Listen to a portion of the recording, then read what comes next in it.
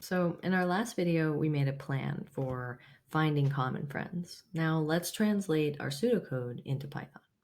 So I need to loop over all my friends in my friends. And then I need to loop over all of their friends. So for potential friend in my friends.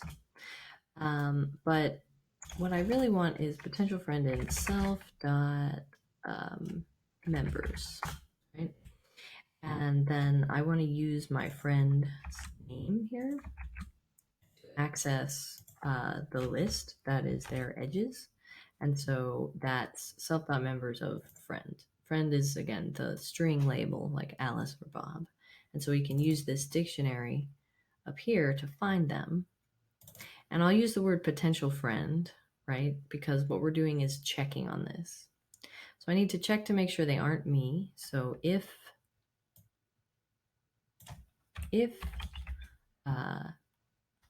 potential friend is not me, also that I am not friends with them.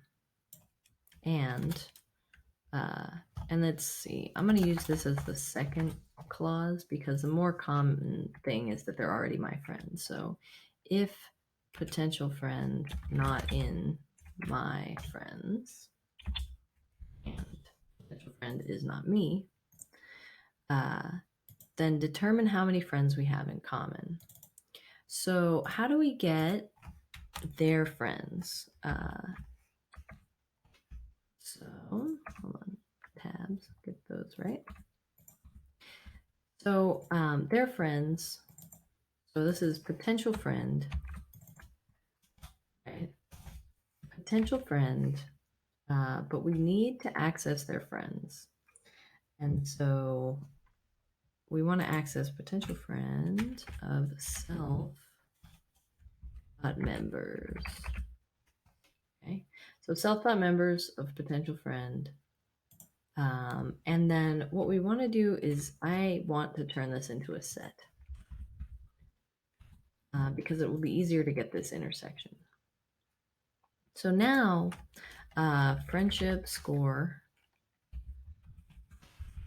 is really the common friendships, right, that you have with this other person. So our potential friend is one of my friends,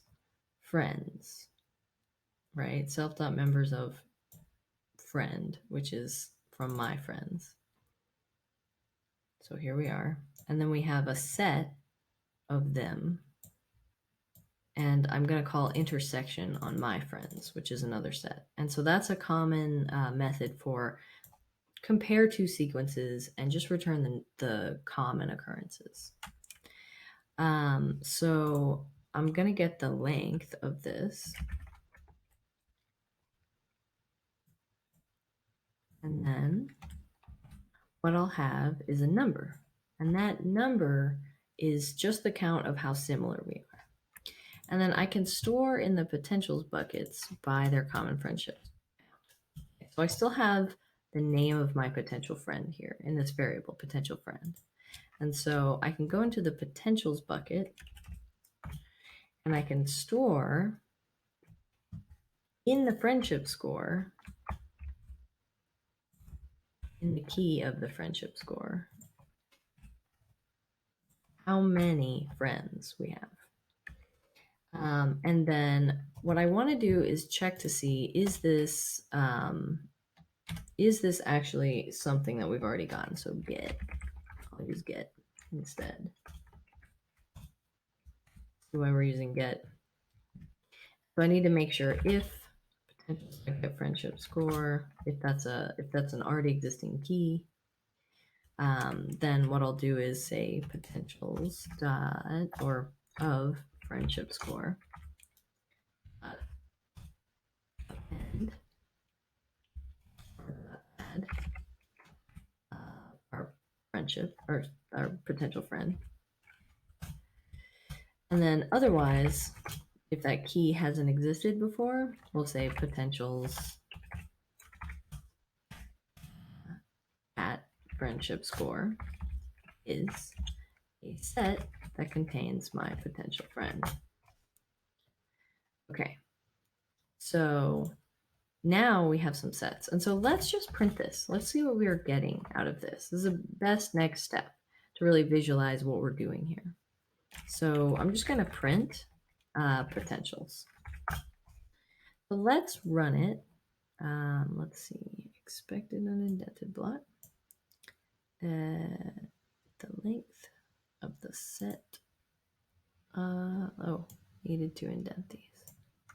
There we are. And so now, let's see, I haven't called it on an actual graph. So what we'll need to do is grab this giant graph here, copy it. And this is something you should start doing in interviews, is just running the code if you haven't been. So I'm going to use this example, Faith, here, and so we'll run this, and then you can see here what I've got is AIEC. Okay, so it looks like we're adding elements. Let's see, to, yeah, okay, let's make sure.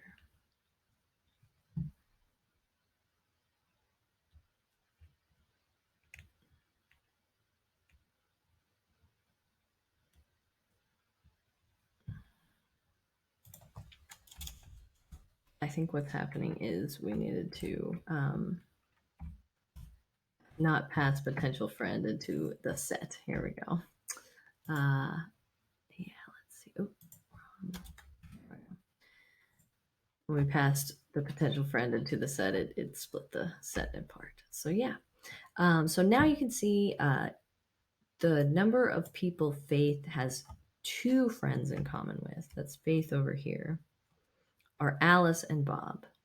So friends that are people she's not connected with, but that her friends are connected with, that she has a common set of friends with. So for Faith, it's Alice and Bob is 2, and then Carol is 1, right? So those are people she's not already connected with. Now, if we pass in a different person, let's say Alice,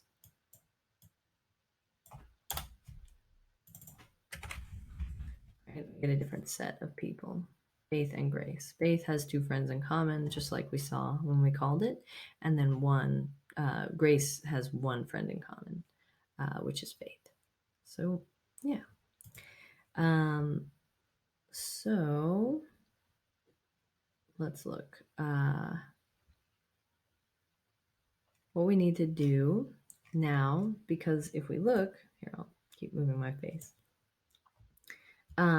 When we call suggest friends on Faith, right,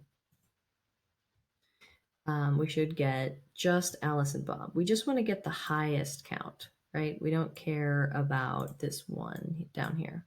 We want the highest number of common friends. So after we print this, what we need to do is friend counts potentials keys. So now we have a list of all the different friend counts. And then we can just say max or best count is potentials. Sorry, I mean, is friend counts, the max of friend counts. So now all we have to do is access that place. So potentials, we can return potentials at the best count. So now let's run that. And then we're returning it. So now down here, I'll need to print, make sure we're doing the right thing. We get Alice and Bob. So now let's run these tests. And it works really well for friend group 1 and 2, but for friend group 3, we have to handle up an issue with the fact that max arg is an empty sequence. So what I'll do is I'll just go ahead and say friend counts append 0, just so that there's something in there. And then I'll use a get here.